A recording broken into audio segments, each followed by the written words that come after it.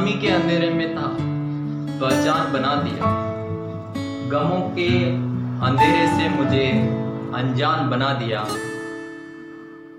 मुझ पर ऐसी कृपा हुई, गुरु ने मुझे अच्छा इंसान बना दिया। गुरु ने मुझे अच्छा इंसान बना दिया। नमस्कार मित्रों, मेमोरी एजुकेशन में आपका स्वागत है। आज हम आपके लिए लेकर के आए मैथ की क्लास संख्या पद्धति फर्स्ट क्लास है आपकी। बिल्कुल जीरो से लेकर के चल रहे हैं, जमीनी स्तर से उठाएंगे आपकी कमजोरियों को। कहाँ कहाँ हम परेशान होते हैं, कहाँ कहाँ कंफ्यूज होते हैं। प्राकृतिक संख्याएं, पूर्ण संख्याएं, पहला कंफ्यूज तो यहाँ पर होता है।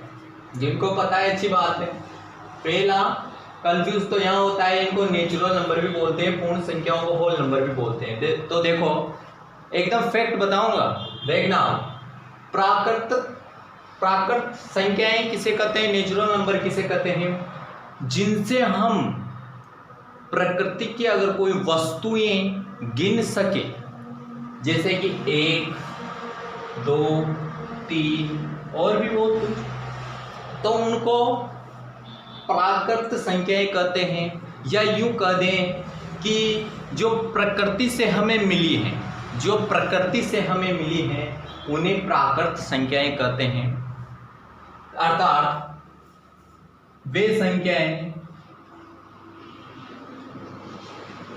लिखेंगे तो थोड़ा बड़ा हो जाएगा, मैं बोलता हूं और आप सुनना, फिर लिख लेना सुन के, ठीक है ना। लिखेंगे तो बड़ा होगा वीडियो, मैं छोटा करूंगा इसको। प्राकृत संख्याएं अर्थात जिन्हें हम गिन सकते हैं, तो प्राकृतिक, जिनके माध्यम से हम कुछ वस्तुएं गिन सकते हैं, जैसे 1, 2, 3, 4, 5, तो वो क्या होती है, प्राकृतिक। अर्थात हमें जो प्राकृतिक द्वारा मिली हुई है या मिली है, उनको हम प्राकृतिक संख्याएं कहते हैं, जैसे कि 1, 2, 3, 4, ठीक है। पूर्ण संख्याएं, यहाँ पर बच्चे कंफ्यूज होते हैं जब उनसे पूछ लिया जाता है डायरेक्ट, तो बताओ प्राकृत संख्याएं कहाँ से शुरुआत होगी, बताया पूर्ण संख्याएं कहाँ से शुरुआत होगी। तो ये वीडियो को देखने के बाद आप बिल्कुल भी निश्चिंत हो जाओगे कि हाँ बिल्कुल 100% आपके कॉन्फिडेंस से कहोगे कि नहीं, पूर्ण संख्याएं ये यहाँ से शुरुआत होती है। मित्रों, पूर्ण संख्याओं में क्या होता है, एक जीरो का लफड़ा है, मात्र जीरो का लफड़ा है। अब इसको याद करना है और दोनों यहीं पे क्लियर है। देखना, प्राकृतिक संख्याएं जो हमें प्रकृति से हम किसी वस्तुओं को गिन सकते हैं, 1, 2, 3, 4, किंतु पूर्ण संख्याओं में जीरो को शामिल किया जाता है। अब जीरो को क्यों? मित्रों, आपको याद होगा, अगर हम किसी चीज़ का आविष्कार करते हैं, अगर हम किसी चीज़ का आविष्कार करते हैं, तो उसको हम प्राकृतिक नहीं कहते, उसे हम कृत्रिम कहते हैं। जो हमें प्रकृति के द्वारा दिया गया हुआ होता है, उसको हम प्राकृतिक कहते हैं, प्राकृतिक कहते हैं। और जो हमने अर्जित किया है, जो हमने आविष्कार किया है, उसको आविष्कार कहते हैं। तो आविष्कार मतलब ये जीरो है, जीरो की खोज हमने की थी, जीरो की खोज की थी, अर्थात ये प्राकृतिक नहीं हुआ। तो प्राकृतिक कौन नहीं हुआ, प्राकृतिक नहीं हुआ जीरो, तो जीरो क्या नहीं है, प्राकृतिक नहीं है। इसीलिए ये पूर्ण संख्याएं जब पूर्ण कब होगी, जब इसका आविष्कार हुआ होगा जीरो का, और जब संख्याओं में जीरो का आविष्कार हुआ, तो वे संख्याएं कहलाए मित्रों पूर्ण संख्याएं, कि हाँ अब हमारी संख्याएं हैं जो कि क्या हो गई, पूर्ण हो गई हैं, जब इसको क्या मिला, जीरो मिला। तो आज से ये आपके अंदर कंफ्यूजन नहीं रहना चाहिए कि प्राकृतिक संख्याएं किसे कहते हैं। तो प्रकृति जिसे हम गिन सकते हैं वो प्राकृतिक संख्याएं, और पूर्ण संख्याएं अर्थात हमने कुछ खोज किया है जीरो को, तो जीरो क्या है, पूर्ण संख्याएं। जब इसमें जीरो इंक्लूड कर देते हैं तो ये क्या हो जाती हैं, पूर्ण संख्याएं हो जाती है। ठीक है मित्रों, आगे चलते हैं।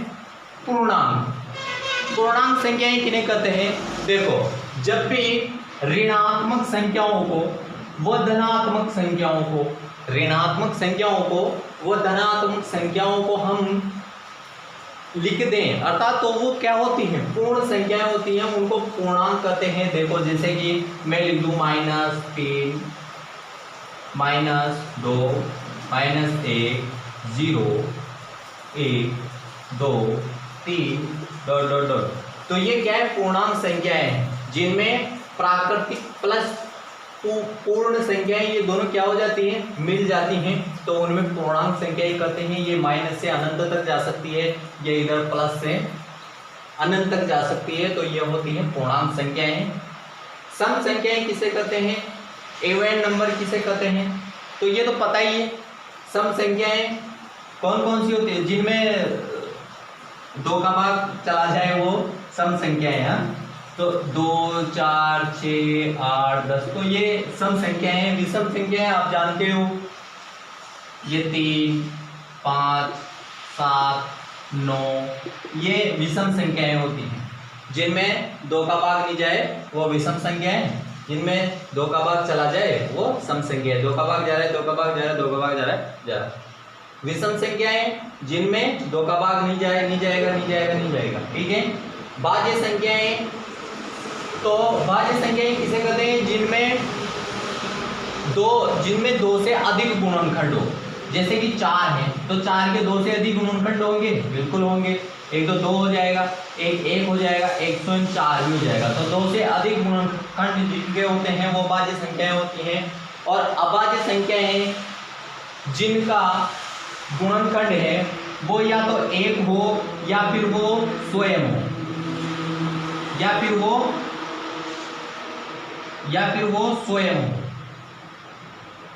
वो स्वयं हो, तो अभाज्य संख्याएं उन्हें कहते हैं।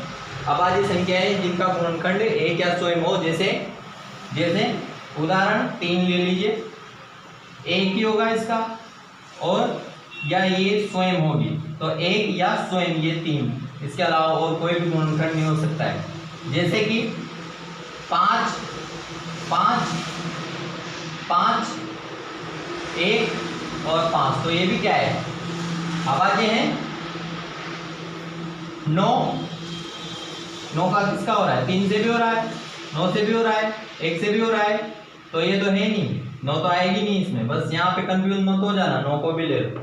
तो ये आज पहली क्लास की हमने शुरुआत की है। आगे भी हम और से ये बेसिक चीज़ें हैं जो मित्रों सभी को याद होनी चाहिए, आप इनको जरूर देखें। अपनी किताबों में परिभाषाएं आपको दे रखी होगी, इनको एकदम बढ़िया कर ले, और मैंने समझाया जो आपको समझ में आया ही होगा।